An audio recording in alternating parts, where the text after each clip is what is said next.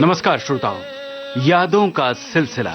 आज इस कार्यक्रम में अपने जमाने के मशहूर गीतकार ये शाम मस्तानी मदहोश किए जाए, संवाद लेखक मैं तुमको क्या कहूँ, दीवाना पटकथाकार मंगल भवन अमंगल हारी, कहानीकार, साहित्यकार आज फिर जीने की तमन्ना है, आज फिर मरने का इरादा है। और पत्रकार ख्वाब हो तुम या कोई हकीकत, कौन हो तुम बतलाओ, ओ देर से कितनी दूर खड़ी हो और करीब आ जाओ। वृजेंद्र गौड़ के सुपुत्र राजीव गौड़ और राजेश गौड़ से जी श्याम की बातचीत आपको सुनवा रहे हैं। आज सुनिए इस बातचीत का पहला भाग। नींद चुराए, चैन चुराए, डाका डाले तेरी बंसी। श्रोताओं, आप सभी का स्वागत है। आज स्टूडियोज में हमारे साथ जो अतिथि हैं उनसे हम पुरानी बातें करेंगे। किन की बातें करेंगे? बात हम करेंगे वृजेंद्र गौड़ जी की, जो कि एक पत्रकार के रूप में, एक साहित्यकार के रूप में और गीतकार, फिल्मों के संवाद लेखक, कहानीकार, लेखक और स्क्रीन प्ले राइटर के रूप में विख्यात हुए हैं। और कई बड़ी फिल्में जिनके गाने हम सुनते हैं, आपको सुनवाते हैं, उन फिल्मों से जुड़े रहे हैं। उन फिल्मों को उन्होंने लिखा है। उनके जो सुपुत्र हैं आज हमारे साथ स्टूडियोज में आए हुए हैं और वो पुरानी जो यादें हैं उन्हें हम आज ताज़ा करेंगे और आपका हम तहे दिल से यहाँ पर जो है स्वागत करते हैं और अभिनंदन करते हैं कि आप दोनों अपना बहुमूल्य और कीमती वक्त निकाला है। और बातें हम करेंगे वृजेंद्र जी की, जो कि एक बहुत बड़ा नाम है और बहुत बड़ा उनका काम है। लगभग 4 दशकों तक जो है उन्होंने फिल्मों को अपना बेहतर और कहते हैं ना कि सर्वोत्तम दिया है। Thank you very much. बहुत बहुत धन्यवाद। आप लोगों ने हमको बुलाया यहाँ पे और ये मौका दिया कि आपसे बात कर सकें और मतलब इसी में हम लोग धन्य हो गए हैं। और ऑफ कोर्स पिताजी को भी आप जो इज्जत दे रहे हैं वृजेंद्र गौड़ जी को, इसके लिए हम लोग मन से, तहे दिल से आपका धन्यवाद करते हैं, अदा करते हैं। ये राजीव गौड़ जी हैं और आप वृजेंद्र जी के सबसे बड़े सुपुत्र हैं। और राजेश गौड़ जी भी हमारे साथ यहाँ पर स्टूडियोज में उपस्थित हैं। इनके एक और भाई हैं सुनील गौड़ जी। अभी आप सुन रहे थे राजीव गौड़ जी को। हमारे साथ स्टूडियोज में राजेश गौड़ जी भी उपस्थित हैं। इनके जो भाई हैं, जो मिडिल ब्रदर हैं सुनील गौड़ जी, वो फिलहाल नहीं हैं, लेकिन 2 भाई यहाँ पर हैं और वो अपने पिताश्री के बारे में, अपने पिताजी की यादों को यहाँ पर हमारे साथ ताज़ा करने के लिए उपस्थित हैं। वैसे यहाँ पर राजेश जी से हम जानना चाहते हैं कि आप फिलहाल क्या करते हैं? आजकल सर जी मैं नए सीन्स लिखता हूँ, पेपरों में लिखता हूँ सर जी, अपना हिंदी पेपरों में इंटरव्यूज लिखता हूँ। वाह। थोड़ा बहुत आर्टिकल्स लिखता हूँ इंग्लिश पेपरों में। थोड़ा बहुत काम चल रहा है सर जी। मतलब आप लिखने से जुड़े हुए हैं और बुकों में लिखने का शौक है सर। अरे वाह, क्या किताबें, अभी एक और किताब लिख रहे हैं, तो थोड़ा बहुत लिखने का शौक है सर जी। क्या बात है। और ये जो शौक है आपको जी, ये पिताजी से आपको मिला है? पिताजी से आया शौक सर। तो यहाँ पर राजीव जी, आपको ये शौक है लिखने का? नहीं सर, मुझे ज्यादा शौक नहीं। मैं पढ़ने का शौकीन हूँ, लोगों को सुनने का शौक है और कभी कभार ऐसे मतलब, लेकिन नहीं, शुरू में तो आपने लिखा है कुछ? मैं थोड़े बहुत आर्टिकल्स वगैरह कभी कभी, इन लोगों ने जब फोर्स किया, किसी चीज के बारे में बड़ा स्ट्रांगली फील किया, किसी पर्सनालिटी के बारे में, फिल्मी या कुछ, तो मैंने लिखा है। फादर पे भी एक आर्टिकल इन्हीं के साथ मिलके लिखा था। अच्छा। हाँ जी हाँ, जो एशियन एज में छपा था। अच्छा। और खास नहीं सर, ऐसे कुछ उल्लेखनीय बातें नहीं है, मेरी लेखनी से मतलब नहीं जुड़ी हुई, लेकिन जो लिखते हैं उनके लिए मन में बहुत सम्मान है जी। और पढ़ने का शौक है और अच्छी फिल्में देखने का शौक है जी। और कई फिल्में जो हैं पिताजी ने आपके लिखी हैं, जो पूरे देश के लोग, विदेश के लोग, जो भी फिल्मों के शौकीन हैं, उन सभी को बहुत पसंद आई है। वैसी कई फिल्में हैं, उनका जिक्र हम करेंगे। आपको जो है पिताजी की लिखी हुई सबसे अच्छी फिल्म कौन सी लगती है? सर एक का नाम लेना तो मुश्किल है। नहीं, एक तो नहीं, फिलहाल अभी तो शुरुआत है। बोलो भाई राजेश। विजेंद्र गौड़ जी की जो मुझे फेवरेट फिल्में लगी हैं वो हैं कटी पतंग, हाँ जी, अनुराग, हाँ जी, शर्मीली, सरस्वती चंद्र, अखियों के झरोकों से। क्या बात। और पुरानी फिल्मों में से कुछ हैं जैसे कि चाइना टाउन, हावड़ा ब्रिज, जी जी जी, तीन देवियां। दो तीन मैं भी नाम ऐड कर देता हूँ। लाल पत्थर जी, राजकुमार जिसमें हीरो थे। द ग्रेट गैम्बलर, ये उनकी आखिरी फिल्म थी शायद। ग्रेट गैम्बलर, जी हाँ, आखिरी फिल्मों में से एक थी। दुल्हन वही जो पियामन भाई, इसका लिए अवार्ड भी मिला था। हम करेंगे उस पर भी जी बात जी। करेंगे। और अखियों के झरोकों से, गीत गाता चल, मतलब डेथ से 10 साल पहले की ये सब फिल्में हैं। जी जी जी। और उनके पहले फिर हावड़ा ब्रिज वगैरह जैसे इन्होंने बताया। जी जी जी। तो कुल मिला के हमारे जो श्रोता हैं वो समझ गए हैं कि जिन जिन फिल्मों के आपने नाम लिए हैं यहाँ पर, वो सब हमारे श्रोताओं की जानी पहचानी फिल्में हैं। वो फिल्में भी देखी हैं हमारे कई श्रोताओं ने, और गाने तो हम अपने विविध भारती से इन फिल्मों के प्ले करते ही रहते हैं, और उसकी काफी फरमाइश भी आती है। ये जो कहानी है श्रोताओं, ये कहानी लिखने वालों में जो हैं विजेंद्र गौड़ जी रहे हैं, और उनकी कहानी पर ही ये फिल्में बनी हैं, और उसमें जो गीत होते हैं वो हम आपको सुनवाते हैं। तो ऐसा करते हैं हम शुरुआत आपकी पसंद से। राजेश जी, आपको अपने पिताजी की लिखी हुई फिल्म का कोई सा गीत या उनका लिखा हुआ तो बताइए सर, कौन सा गाना आपको पसंद है? लहरों से पूछो ना अपना, सितारों से पूछो। ये काफिला फिल्म का गीत, काफिला काम। तो ऐसा करते हैं हम ये गीत प्ले करते हैं अपने श्रोताओं के लिए। बहुत अच्छा गाना है।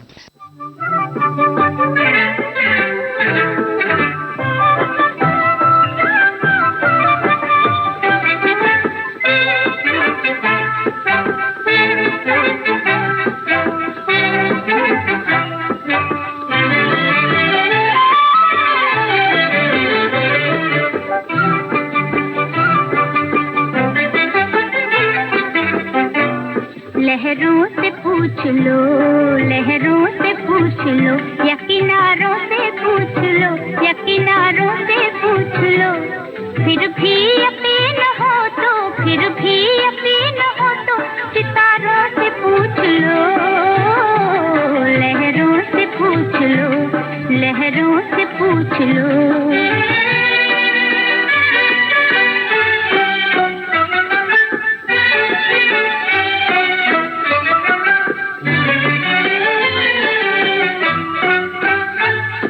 उल्फत की उमंगों का छोटा सा काफिला, छोटा सा काफिला,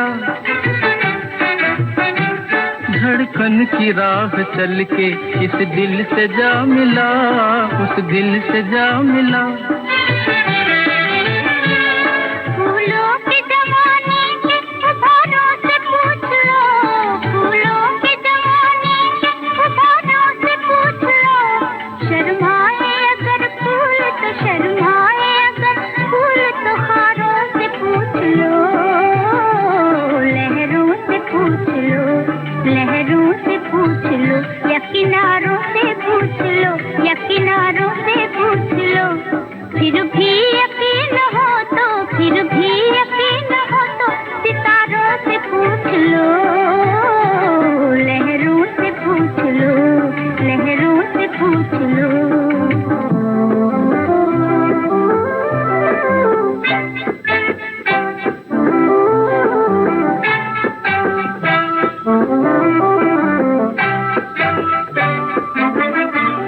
हसरत हमारी एक है, अरमान एक है, अजी अरमान एक है।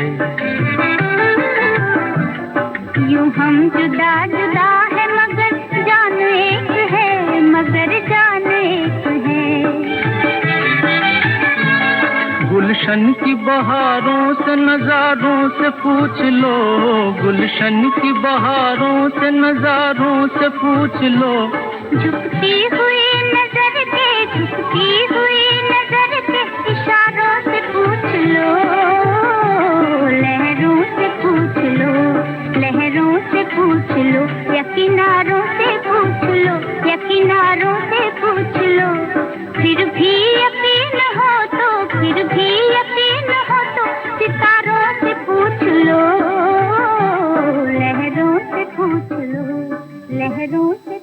लता मंगेशकर और किशोर कुमार की आवाज में आपने ये गीत सुना, फिल्म थी काफिला, और इस गीत को लिखा था ब्रजेंद्र गौर जी ने, और आज उनके सुपुत्र हमारे साथ स्टूडियोज में हैं और आप बातें कर रहे हैं अपने पिताजी के बारे में। कुछ बताइए कि आपका जन्म, दोनों का जन्म कहाँ, मुंबई में हुआ या लखनऊ में? मेरा तो मुंबई में सर। मेरा भी मुंबई में सर। तो मुंबई से ही आप जुड़े रहे हैं। तो उस वक्त तो पिताजी काफी बिजी थे, फिल्म इंडस्ट्री से जुड़े हुए थे और बहुत बेहतरीन काम कर रहे थे, लगातार काम कर रहे थे।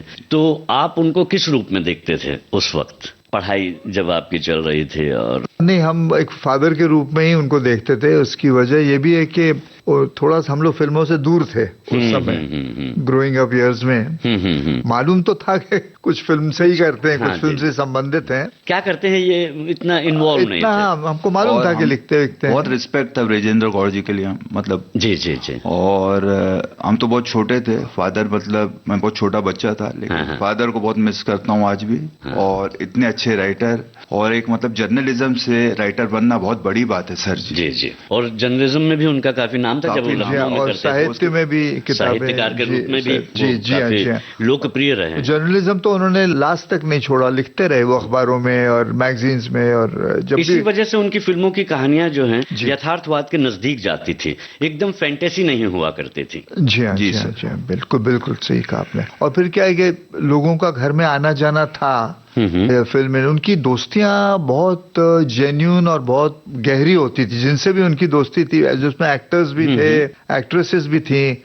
तो तब हमको पता लगने लगा कि हमारे फादर जो हैं वो फिल्म इंडस्ट्री में कुछ, और लोग भी हमको बताते थे। आप बड़े हो रहे थे तो जी हाँ, तब इस बात का एहसास हुआ कि ये मतलब फिल्म लाइन में। लेकिन सबसे बड़ा नॉर्मल वो था, मतलब ऐसा नहीं लगता था कि ये मधु बालाजी जो घर में आई वो हमारे लिए आंटी थी। और फादर ने उनकी बहुत फिल्में लिखी, या अशोक कुमार जी आ रहे हैं या किशोर कुमार घर आ रहे हैं, देवानंद की उन्होंने बहुत सी फिल्में लिखी। देव साहब शायद ही किसी के घर जाते हो, लेकिन हमारे यहाँ तो उनका आना जाना लगा ही रहता था। बचपन से ही आप लोगों का उनसे रिश्ता रहा है। जी हाँ, बिल्कुल। लेकिन इस तरह से जैसे हमारे अंकल्स और आंटीज हैं, हमको ये अचंभा होता ही नहीं था कि ये बहुत सेलिब्रिटी नहीं थे वो आपके लिए। वो आपके लिए परिवार के एक सदस्य के रूप में थे। ये तो स्टार्स की बात हुई। और फिर कुछ राइटर्स, डायरेक्टर्स, प्रोड्यूसर्स, जैसे शैलेंद्र जी फादर के बहुत अच्छे दोस्त थे, प्रसिद्ध गीतकार, और वो खार में हमारे पड़ोसी भी थे। तो रोज फादर और वो रात को पान खाने के लिए जाकर वॉक करते हुए जाते थे।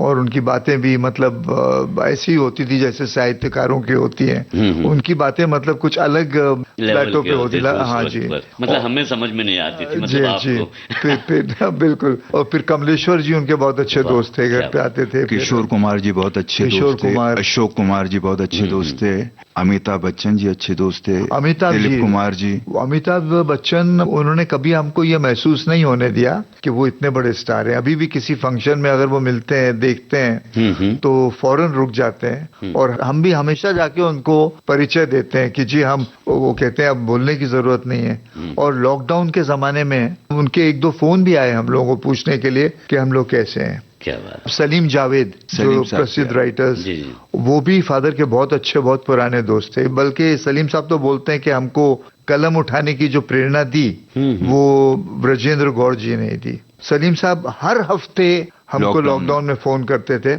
और हालचाल पूछते थे, और आधा 1-1 घंटा हमसे बात करते थे। कभी जल्दी में नहीं होते थे, मतलब एक ऐसा नहीं लगता था कि फॉर्मेलिटी पूरी कर रहे हैं। एक दफा मुझसे पूछा कि घंटी बहुत देर से बज रही थी, फोन क्यों उठाया नहीं? मैंने कहा नहीं, मैं दरवाजे से वापस आया, मैं जा रहा था। अभी कहाँ जा रहे हो लॉकडाउन? मैंने कहा मुझे कुछ होम्योपैथी की दवाइयां में। तो कौन सी ले रहे हो? तो मैंने उनको कुछ जर्मन दवाइयों का नाम बताया।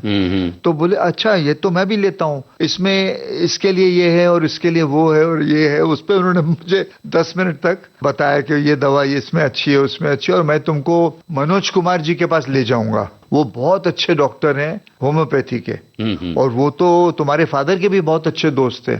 मनोज जी की भी बहुत सी फिल्में फादर ने लिखी, और उनकी फादर बहुत इज्जत करते थे एज अ राइटर ऑल्सो। बहुत कम लोगों को मालूम है कि मनोज जी भी डायलॉग लिखते थे अपनी फिल्मों के, और बहुत बढ़िया डायलॉग लिखते थे, देशभक्ति की फिल्में। और तो बोले कि मनोज जी का तो ये है कि वो तुमको जब दवा दे देंगे तो हर 3-4 दिन में फोन करके पूछेंगे कि भाई इससे फायदा हुआ, अगर नहीं हुआ तो फिर ये ले लो, दूसरी चेंज करता हूँ, आ जाओ। तो मैंने कहा जरूर चलते हैं। हालांकि अभी तक हम लोग गए नहीं, मनोज जी के पास जाना है, वो ड्यू है। लेकिन ये सब फादर के बड़े क्लोज फ्रेंड्स थे जो अब भी मतलब उनकी बहुत, सुनील दत्त साहब थे जी जी, जो हम लोगों से भी फादर की डेथ के बाद भी उन्होंने मतलब कांटेक्ट रखा, मिलते रहे। दिलीप कुमार जी, दिलीप साहब, देवानंद, दिलीप साहब हमारे साथ शाम को जॉगर्स पार्क में घूमते थे।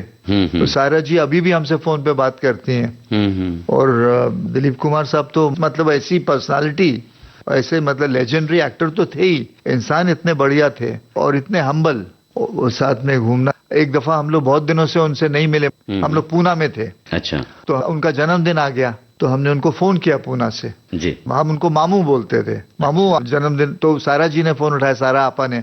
उन्होंने कहा भाई गौर साहब के बेटे फोन पे हैं। वो फोन नहीं लेते थे, वो हिचकिचाते थे। जी जी। तो उन्होंने फौरन फोन लिया और बोले कि भाई कहाँ आवारागर्दी कर रहे हैं आप लोग? अब बहुत दिन हो गए, बिल्कुल आप लोगों से मुलाकात नहीं हो रही और हम तो तरस रहे हैं। दिलीप साहब तरस रहे हैं, वो उनको बोलने की जरूरत नहीं थी। तो मैंने उनसे ऐसे ही मजा, मैंने कहा मामू आपने हमसे प्यार करना कम कर दिया, इसलिए हम लोग जरा दूर हो गए। अच्छा, इसका भी इल्जाम मुझ पे, और मुझे मालूम था मुझ पे ही कोई हमला करने वाले हैं। और ये तो ऐसी बिल्कुल सर, अरे सर मतलब वो, लेकिन ये उनका बड़प्पन है। हम लोग तो बहुत छोटे लोग हैं, मतलब इन लोगों ने हमको ऐसा प्यार दिया। जब मदर की भी डेथ हुई तो दिलीप साहब ने हमको बहुत संभाला एक तरह से, कि देखो जब दाग फिल्म बन रही थी तो हम लोग 6 भाई और 6 बहनें थे, और हमारे फादर की और मदर की उसी साल में डेथ हो गई।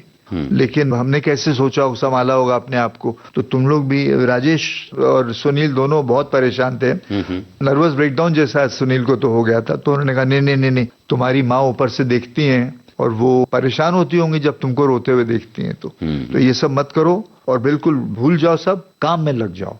और देव साहब भी, देवानंद भी, वो भी मतलब मैं उनका नाम बीच में ले आया, मतलब वो भी, उनकी भी एक फिलॉसफी थी कि भाई काम में इन्वॉल्व हो जाओ तो बहुत सी दुख और तकलीफ की जो बातें हैं उनको तुम भुला सकते हो, वो मलहम का काम करता है। तो ये दोनों ग्रेट हस्तियां, ऐसे उनके साथ बैठना, ऐसे बातें करना, हम लोग तीनों भाइयों के लिए, सुनील के लिए, राजेश के लिए, मेरे लिए, तो ये सबक है सर। जीवन भर जीवन बिताने का तरीका है, वे ऑफ लिविंग इन लोगों ने हमको बताया। तो हम लोग बहुत खुशकिस्मत हैं कि हम ऐसे बाप के बेटे हैं जिनकी वजह से हम इनके संपर्क में आए। देवानंद के, दिलीप कुमार के, सुनील दत्त के, मधु बालाजी के, किशोर कुमार जी के, अशोक कुमार के, मनोज जी के, सलीम जावेद के।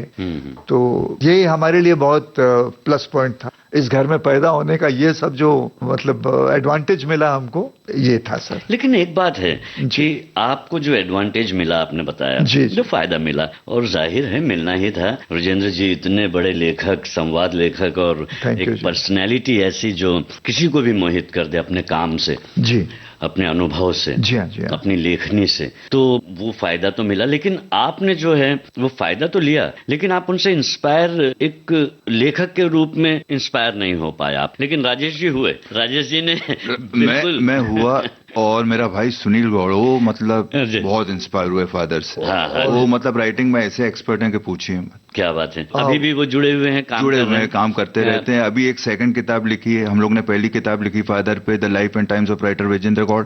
और अभी जब मैं 1-2 साल पहले मदर टेरेसा पे बुक लिखी, तो मतलब एक थर्ड बुक लिख रहे हैं, और कुछ शॉर्ट फिल्में बना रहे हैं हम लोग। अच्छा जी। तो मतलब उस फील्ड से यस, मनोरंजन क्षेत्र से जुड़े हुए हैं, लोगों ने पत्रकारिता सीरियल्स भी कुछ लिखे थे इन्होंने, कुछ एपिसोड्स, कुछ सर्टन सीरियल्स के कुछ साल पहले, और वो तो खैर मतलब हाँ पुरानी बातें। लेकिन अभी जो शॉर्ट फिल्म्स लिख रहे हैं वो, उसमें सबने मतलब 10-10 मिनट की फिल्में हैं, उसमें एक मैसेज होगा, मतलब अमिताभ बच्चन जी भी देखेंगे, ऐसी टाइप की नीट एंड क्लीन फिल्म्स। हाँ, जो लोगों को प्रेरित कर सके, एक मैसेज होगा उसमें, संदेश के साथ में। तो चलिए, संदेश तो आपका पहुंचेगा और आप बहुत बेहतर तरीके से पहुंचाएंगे, हम पूरी उम्मीद करते हैं। लेकिन यहाँ पर जो गीतों की बात है, हम वो करना चाहते हैं। राजेंद्र जी ने वैसे तो कई फिल्मों में गीत लिखे हैं, कुछ और भी गीत होंगे जो आपको पसंद होंगे, जैसे परछाई फिल्म का, पुराने फिल्मों की मैं बात कर रहा हूँ, आशा जी का गीत है, तेरे रंग में रंगी जाऊं, तेरा नाम गुनगुनाऊं। क्या बात है। ये गीत हम सुन लेते हैं। अरे प्लीज, थैंक यू। उनके नाम को गुनगुनाते हुए, पिताजी के नाम। ये आशा भोसले जी को बहुत गाना ये पसंद है, जी, और वो बहुत खुश थी इसको गा के। मैं भी था रिकॉर्डिंग पे। नहीं, आप लता जी की भी बात कर रहे थे कि लता जी की जो फेवरेट 10 सॉन्ग्स हैं, वो वाला था, आंसू अब तू ना बहाना, अपना गम किसी को ना बताना, लता मंगेशकर जी का। उनके टॉप 10 में ये गाना लिस्ट में है, और वो राजेंद्र ब्रजेंद्र गौड़ जी ने लिखा है, ब्रजेंद्र गौड़ जी ने लिखा है जी। उसके डायलॉग्स भी लिखे हैं और लिरिक्स भी ब्रजेंद्र गौड़ जी के। देखिए कमाल ये है कि उन्होंने कम गाने लिखे, लेकिन उनके गाने 10वीं महान गायिकाओं के ऊपर अपनी छाप छोड़ गए। लता जी उनका जिक्र करती थी जब मिलती थी, आशा जी उनकी बात करती थी, किशोर कुमार, रफी साहब ने तो गाए उनके गाने, 1-2 गाने। हुसन लाल भगत पहला गाना जो हमने सुना वो तो किशोर कुमार जी का और लता जी का गाया हुआ ही गाना था। जी बिल्कुल। तो चलिए अभी फिलहाल हम आशा का ये गीत सुनते हैं। अरे please sir, thank you very much.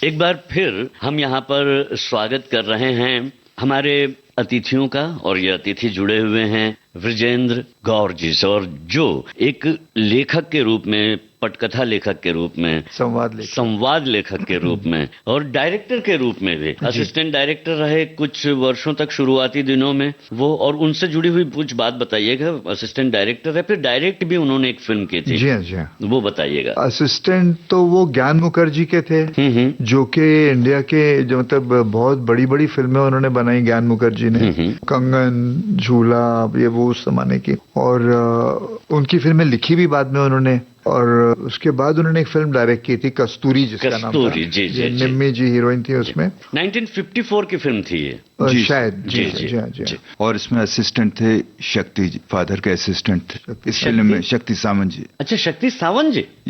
जी वो असिस्टेंट शक्ति सावंत। जी हाँ सर। और उस जमाने में मतलब फादर दे रहे थे उनको 250 रुपीज पर डे। अच्छा जी सर। और वो मतलब उनकी ऐसी दोस्ती हो गई।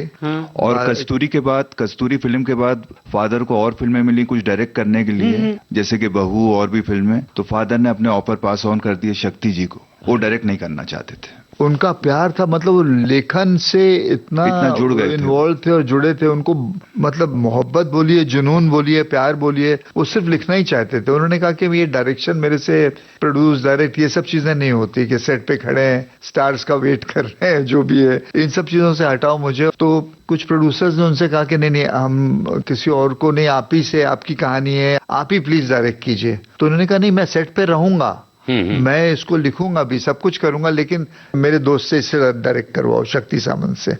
तो इस तरह से मतलब देखिए, लोग असिस्टेंट तो बहुत लोगों के बनते हैं, लेकिन गौड़ साहब इंस्ट्रूमेंटल थे शक्ति अंकल का करियर बनाने में। जो उनका करियर लॉन्च हुआ और बना, और ये दोस्ती लाइफ लॉन्ग, दोस्ती लाइफ लॉन्ग उनकी, उन्होंने बहुत सी फिल्में लिखी जी।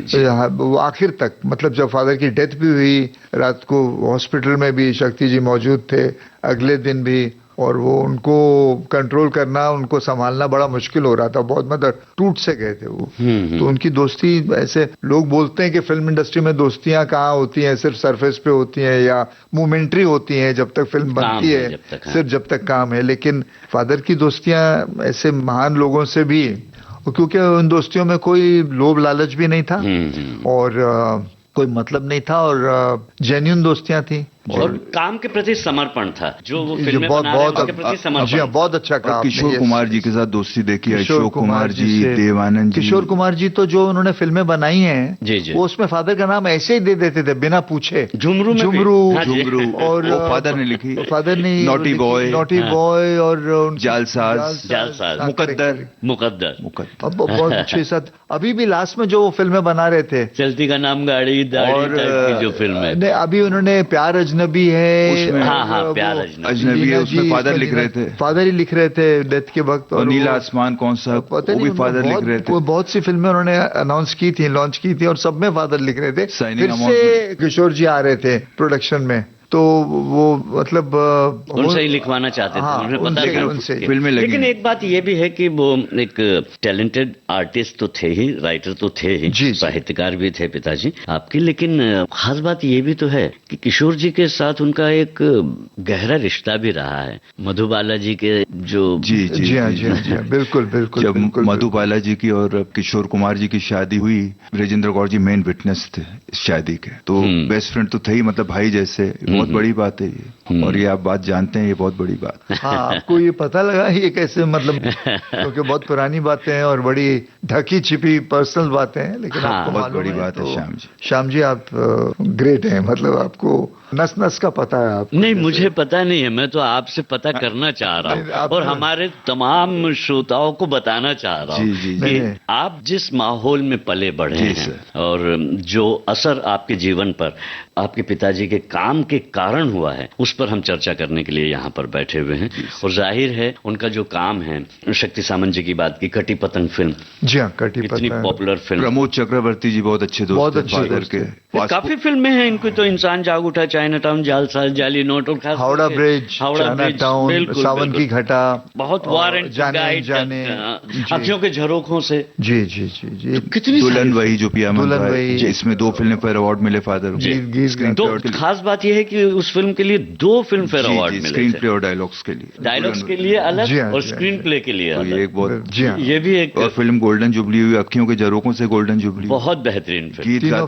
तीन राष्ट्रीय की फिल्में, तीनों बहुत सुपरहिट हुई। हम बात करेंगे जरूर दिलीप जी के साथ आपने जो संबंध थे उनके, और आप लोगों के साथ जो रहे हैं वो बताया हमें। लेकिन हम देवानंद जी के साथ जो उनके संबंध, उनकी पहली मुलाकात जो हुई है, किस तरह से हुई और फिर कैसे वो गहरी दोस्ती में तब्दील हुई, और फिर बाद में कई फिल्में जो हैं देवानंद साहब की उन्होंने ही लिखे थे, उस पर बात करेंगे हम जरूर। लेकिन अब ऐसा करते हैं, आप दोनों की अपनी पर्सनल चॉइस का कौन सा गाना है, जो पिताजी की फिल्म का भी हो सकता है, जो उन्होंने लिखी है, या फिर अलग से भी? तो शक्ति अंकल की अभी बात हुई थी, शक्ति सामंत जी की, उनकी जो सबसे पहली फिल्म थी वो थी जो खुद के उनके प्रोडक्शन में हावड़ा ब्रिज थी जी। और मधुबाला जी की भी बात हुई, वो उसमें हीरोइन थी जी। तो आइए मेहरबान, आइए मेहरबान, बहुत अच्छा, बहुत हिट गाना है ये गाना। सुनवा आप दोनों को बहुत पसंद है, क्योंकि आपको भी पसंद होगा, हमें तो बहुत पसंद। ब्यूटीफुल सॉन्ग है वो, बहुत बढ़िया गाना है और हमारे श्रोताओं के पसंदीदा गीतों में से ये एक गाना है। अच्छा,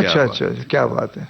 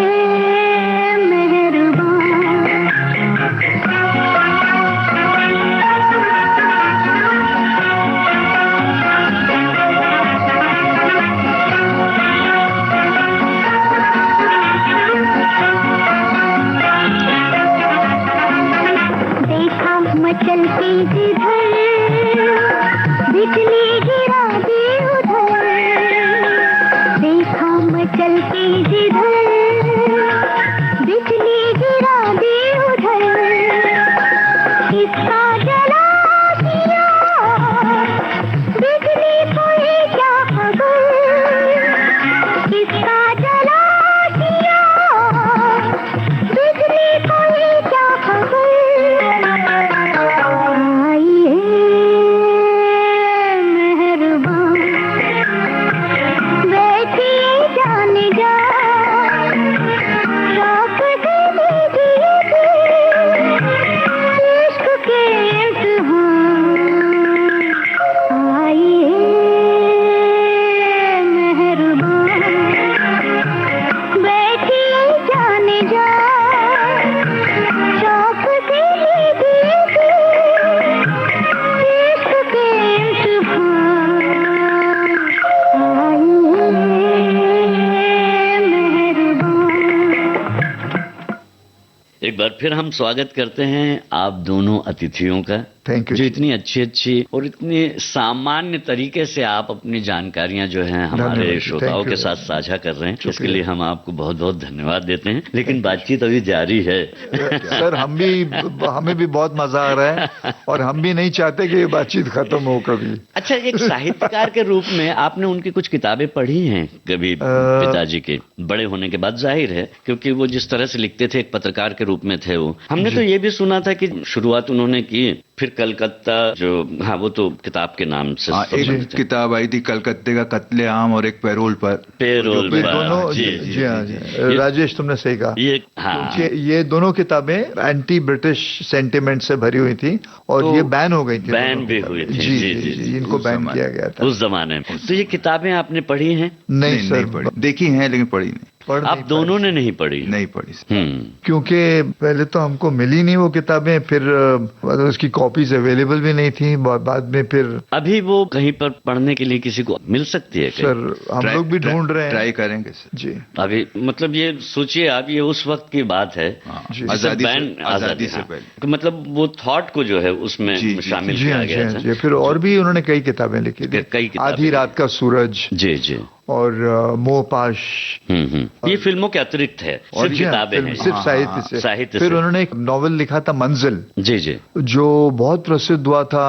और उनको मुझे याद है, हम लोग प्रमोद चक्रवर्ती जी के बेटे की शादी में गए थे, तो राज कपूर साहब थे और उनकी मिसेज आंटी थी, कृष्णा आंटी। तो उन्होंने कहा था कि मैं मंजिल रीमेक करना चाहता हूँ। मंजिल पे एक फिल्म बनी थी, तो कृष्णा आंटी ने कहा कि मैंने तो वो कम से कम 20 दफा पढ़ी है। वैसे ही वो शुरू हुआ, भाई हमारी फिल्म कब लिख रहे हो? तो फादर ने कहा जब हुक्म दीजिए। बोला नहीं करते। बहुत दफा ऐसा होता है, लोग काम करना चाहते हैं साथ में, लेकिन फिर वो मटेरियलाइज नहीं हो पाता है। तो ये जो थी मंजिल, ये गुलशन राय जी जो बहुत बड़े प्रसिद्ध प्रोड्यूसर थे, त्रिशूल और दीवार, और उन्होंने ये किताब सबसे पहले पढ़ी थी और उन्होंने देवानंद को दी थी जी। उनको बहुत पसंद आई, देव साहब को भी। और उन लोगों ने फादर को अप्रोच किया कि भाई हम तो आपको जानते हैं और हमें तो ये पता ही नहीं था कि आपने कब किताब लिख दी और ये वो, इस पे हम फिल्म बनाना चाहते हैं। तो फिर फादर तैयार हो गए। उसमें देवानंद और नूतन थे। वो फिल्म बहुत चली उस जमाने में। मंजिल एस.डी. बर्मन का म्यूजिक था। और वो काफी, वो बुक बहुत पॉपुलर थी किताब पहले, और बाद में भी वो मतलब लाइब्रेरीज में भी जब वो आती थी तो लोग बोलते थे कि यार मिलती नहीं है, और फौरन चली जाती लाइब्रेरी। हम लोगों को भी वो कॉपी मुश्किल से, मतलब एक आध कॉपी थी, तो हम भी गए थे कुछ लाइब्रेरीज में कि भाई हमको दो और हम इसका जीरोक्स बना लेंगे। तो लोग बोला आती और चली जाती, आती और चली जाती। तो it was made into a film. फिर राजेश खन्ना जी ने कहा एक बार फादर से कि मैं इसको रीमेक करना चाहता हूँ। अच्छा। और मैं ये रोल करूंगा। ये देव साहब की किसी ने बायोग्राफी लिखी है, उसमें भी इस बात का जिक्र है, जो अभी अभी रिलीज हुई थी 5-6 साल पहले जी। लेकिन पता नहीं क्यों फादर ने हमेशा रिफ्यूज किया। वो देवानंद ने शायद उनसे प्रॉमिस लिया था कि इसको रीमेक मत होने देना इस फिल्म को। अच्छा। ये मुझे नहीं अच्छा लगेगा। ये फिल्म मंजिल दिल्ली में शायद 1 साल चली थी, गोलचा में या किसी थिएटर में। अच्छा। हाँ जी, सुबह के शोज में, मैटनी में, और कॉलेज स्टूडेंट्स में बहुत पॉपुलर थी ये पिक्चर। लव स्टोरी थी जिसका शायद सैड एंडिंग था। आपने देखी थी ये? मैंने देखी है बहुत पहले। इन लोगों ने शायद, ये टीवी पे भी आ चुकी है, जब दूरदर्शन पे आता था तब ये फिल्म आई थी, और काफी लोगों ने फोन करके मुबारकबाद दी थी। वो अच्छी फिल्म थी सर।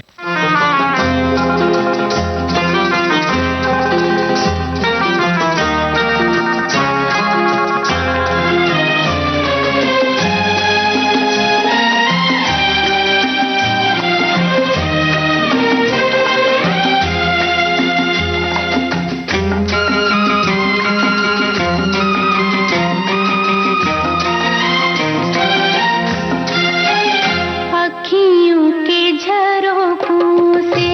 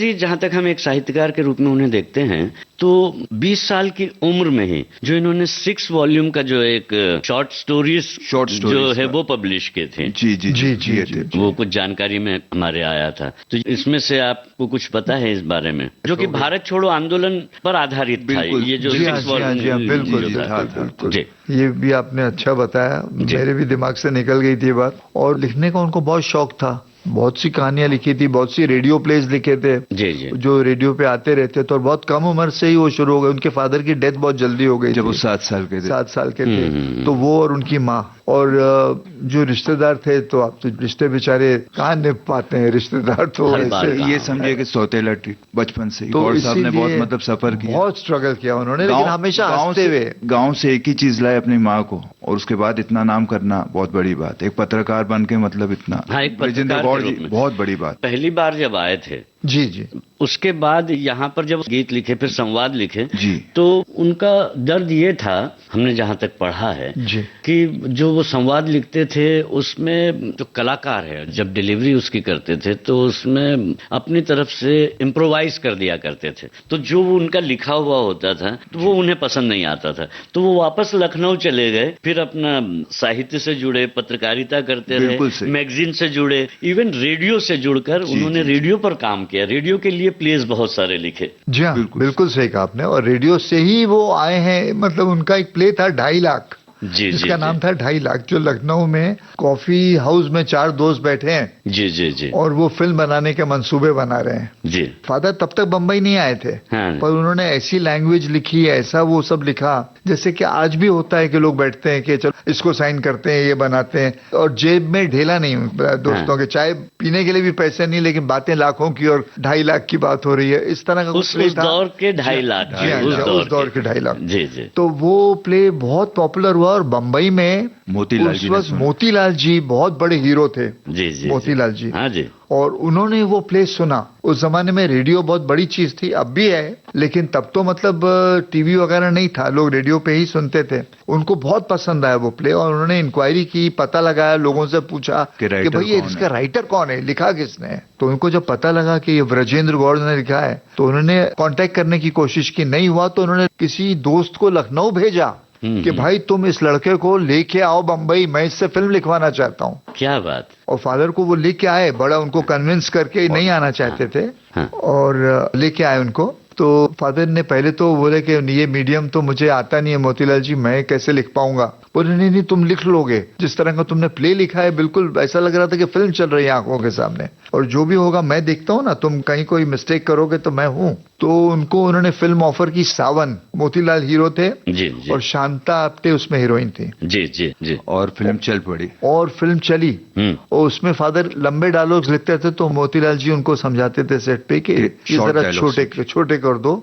तो फादर ने बहुत जल्दी ग्रास्प किया, बहुत जल्दी सीखा। फिल्म सिल्वर जुबली हुई, सुपर हिट, पहली फिल्म। लेकिन उनको बम्बई का कुछ वातावरण पसंद नहीं आया, वापस लखनऊ चले गए। लेकिन फिल्म इतनी चल गई थी कि लोग फिर उनको लखनऊ साइन करने गए। तब अशोक कुमार जी ढूंढने लगे, फिर उनको अशोक कुमार जी ने उनका हाथ पकड़ा। संग्राम फिल्म, संग्राम सुपर हिट हुई थी, 1950 की फिल्म थी। जी सर, जी हाँ, नलिनी जयवंत और अशोक कुमार, बहुत सुपर हिट हुई। और फिर काफिला चल पड़ी, वो भी अशोक कुमार जी की सुपर हिट। जी जी जी, उसके बाद परिणीता, विमल रॉय की परिणीता, जी जी, अशोक कुमार, मीना कुमारी, वो तो मतलब फिल्में, मतलब शरद चंद्र जी की। जी जी जी, उस पे विमल रॉय ने जब देखा इनको, ये छोटे से लड़के थे, मतलब नहीं लिख पाएंगे ब्रजेंद्र गौड़, 18, 19, 20 साल के होंगे बहुत से बहुत। तो अशोक कुमार ने उनको मिलवाया विमल रॉय से। अशोक कुमार प्रोड्यूसर भी थे उस फिल्म के, और बॉम्बे टॉकीज के मालिक भी थे। उन्होंने कहा ये मैं चीज लाया हूँ विमल तेरे लिए, ऐसा राइटर। बोले ये लड़का क्या लिखेगा इतना सीरियस सब्जेक्ट। नहीं बाबा, ये उन्होंने बोला कि अभी अभी काफिला और संग्राम मेरे को हिट दिए, ये फिल्म भी गौड़ साहब ने बोला कि ये हिट देंगे, अशोक कुमार जी ने बोला। क्या बात है, विश्वास देखिए, विश्वास देखिए। तो उस पे दोनों में जरा वो हो गया, थोड़ा सा एक फ्रिक्शन थोड़ा सा आ गया कि नहीं मैं लड़का, कॉन्फ्लिक्ट हो गया, इतना छोटा मतलब। नहीं मेरे तो बहुत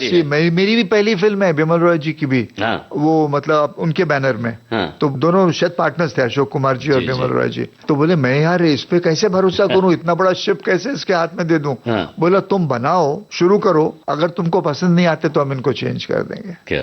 बाद में तो विमल रॉय उनके ऐसे फैन हो गए कि मतलब घरेलू संबंध हो गए, दोस्ती हो गई। और उसके बाद एक और फिल्म बनी थी अपराधी कौन, वो मतलब असिस्टेंट डायरेक्टर बिमल रॉय जी थे उसमें। अच्छा। वो भी फादर ने मतलब उसमें राइटर फादर थे, लिखा जी जी। प्रोड्यूसर भी बिमल रॉय थे और वो कॉमेडियन असिस्टेंट उनका नाम डाल दिया, उसमें नाम उनका रखा उन्होंने। फिर मधुमती जबकि डायरेक्ट की थी बिमल रॉय जी ने। अच्छा। फिर मधुमती में फादर से लिखवाना शुरू किया उन्होंने, क्योंकि उनके ओरिजिनल राइटर जो थे राजेंद्र सिंह बेदी थे, जी जी, सरदार जी, जी जी, तो वो बीमार थे। तो बाद में वो ठीक हो गए, आए, उन्होंने कहा भाई ये तो मेरी फिल्म है, मेरा सब। फादर ने इमीडिएटली वो छोड़ दी कि नहीं विमल दा।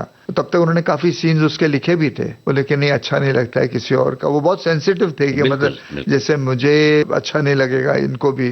और ऐसे भी हुआ है कि उन्होंने कभी कोई राइटर बीमार हो, कुछ हो, और कोई प्रोड्यूसर उनके पास रिक्वेस्ट लेके आया कि भाई ये काम बाकी है, या किसी की डेथ हो गई हो, तो उन्होंने वो काम कंप्लीट किया, वो पैसे नहीं लिए, नाम नहीं लिया उसमें कि नहीं उनका ही है क्रेडिट, उनको ही दीजिए। हाँ, क्योंकि कई फिल्मों में जो है जी, कई फिल्मों में सिर्फ संवाद लेखक के रूप में, जबकि स्क्रीन प्ले भी उनका है, ऐसे कई जगह पर कई फिल्मों में उनका नाम जो है अलग से नजर नहीं आता। बिल्कुल नहीं, उन्होंने कभी जी हाँ परवाह नहीं की और इन बातों की। और डायलॉग्स भी उन्होंने 2-3 फिल्मों में उनको क्रेडिट नहीं मिला किन्हीं कारणों से, जो कि हम इस बातों का जिक्र नहीं करें तो अच्छा, क्योंकि वो सब दोस्त ही थे जिन्होंने वो फिल्में बनाई थी। वो ठीक है, लेकिन उनका नाम हमें पता नहीं चल पाता है। जो काम उन्होंने किया हुआ है उनका ही काम है, सभी को उस दौर में पता था कि ये काम उनका है, लेकिन आज के दौर के लोगों फिल्म इंडस्ट्री के लोग जानते थे, आज के दौर के लोगों को पता नहीं। तो इतिहास में कुछ चीजें ऐसी चूक हो जाती है, उसे हम फिल कर सकते हैं। अगर हमारे पास पुख्ता जानकारी है तो हम उन चीजों को उसमें डाल सकते हैं, क्योंकि वो खाली रह गई है जगह, लोगों को पता ही नहीं चल पाया है कि वो काम किया गया है किसी के द्वारा। लेकिन उस दौर के राइटर को लोग आज भी याद कर रहे हैं, जैसे कि मतलब कटी पतंग देख के, अनुराग देख के, बहुत बड़ी कहने का मतलब ब्लैक एंड व्हाइट फिल्म में आया था, एक 20 साल का लड़का, 19 साल का लड़का लास्ट तक काम करता रहा, आखिर तक, द ग्रेट गैम्बलर तक, 4 दशक तक। फिर उसके बाद ग्रेट गैम्बलर के बाद ज्योति, हेमा मालिनी, जितेंद्र जी, परछाई। तो कहने का मतलब और भी 2-4 फिल्में साइन की थी, एक अमिताभ की थी जो नहीं कंप्लीट हुई, नहीं कर पाए गौर साहब, और प्रमोद चक्रवर्ती ने एक वो बना रहे थे, वो भी शुरू कर रहे थे, जागीर और भी कुछ। प्रकाश मेहरा जी ने भी उनसे कहा था कि यार आपके लिए मैंने एक पुड़िया संभाल के रखी हुई है, उस जिसमें एक हीरा है जो आपको तराशना है। अब जैसे सरस्वती चंद्र तराशने की बात से, ये सरस्वती चंद्र लिखने के लिए मतलब कई लोगों ने, वो 3000 पेज का एक नॉवेल था जो गुजराती के राइटर थे गोवर्धन भाई त्रिपाठी, जिन्होंने गुजराती में, कई लोगों ने कोशिश की उस फिल्म को, वो बना नहीं पाए। उसका स्क्रीन पे 3 घंटे में बनाना और वो उसको बनाना फिल्म को बहुत मुश्किल था। तो उसके लिए फादर को साइन किया जो उसके प्रोड्यूसर थे उन्होंने, और गौर साहब ने कंप्लीट किया। आपको शायद आश्चर्य होगा सुन के कि उन्होंने गुजराती सीखी उस फिल्म को लिखने के लिए, कि मैं ट्रांसलेशन पढ़ के नहीं करूंगा, मैं गुजराती में जो ट्रांसलेशन में वो जो एसेंस है उसका वो मिसिंग। और हम लोग जिस बिल्डिंग में खार में रहते थे उसमें मेरे कई गुजराती दोस्त थे। फादर तो रात दिन उनको लिखने का इतना शौक था अपने काम से कि वो मतलब मेरे को बोलते थे जाके अपने दोस्त की डैडी से पूछ के और मम्मी से पूछ के कि इस बात का क्या मतलब है, क्या इसके लिए कोई और भी वर्ड है इसमें कि गुजराती में और हिंदी में इसको क्या बोला जाएगा। और रात को सोते सोते भी उठते थे, टेबल लैंप जलाते थे, चीज नोट कर लेते थे। देखिए सरस्वती चंद्र गोल्डन जुबली हुई, आज भी सरस्वती चंद्र के गीत कितने और अच्छे गाने जो है। मैं तो भूल चलिए साजन का। हाँ, तो ऐसा करते हैं, हम भूले तो हैं नहीं, तो ऐसे करते हैं बात भूल चली की कर लेते हैं, इस गीत को जो है जरूर सुना देते हैं। Thank you very much.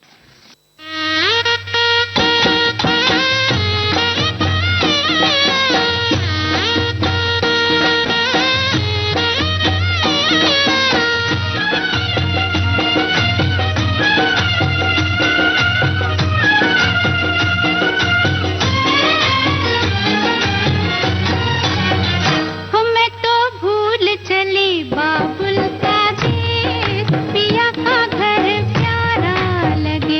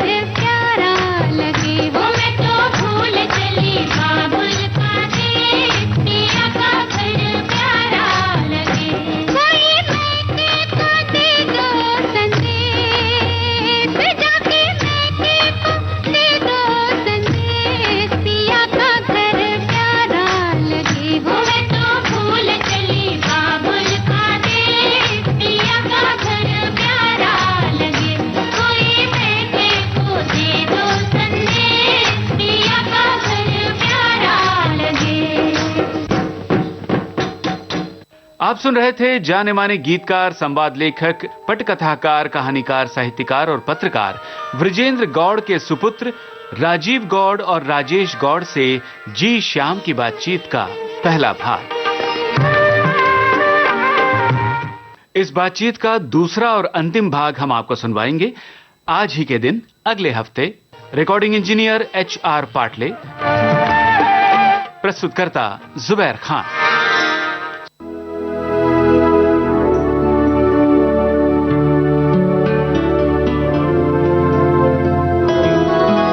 यादों का सिलसिला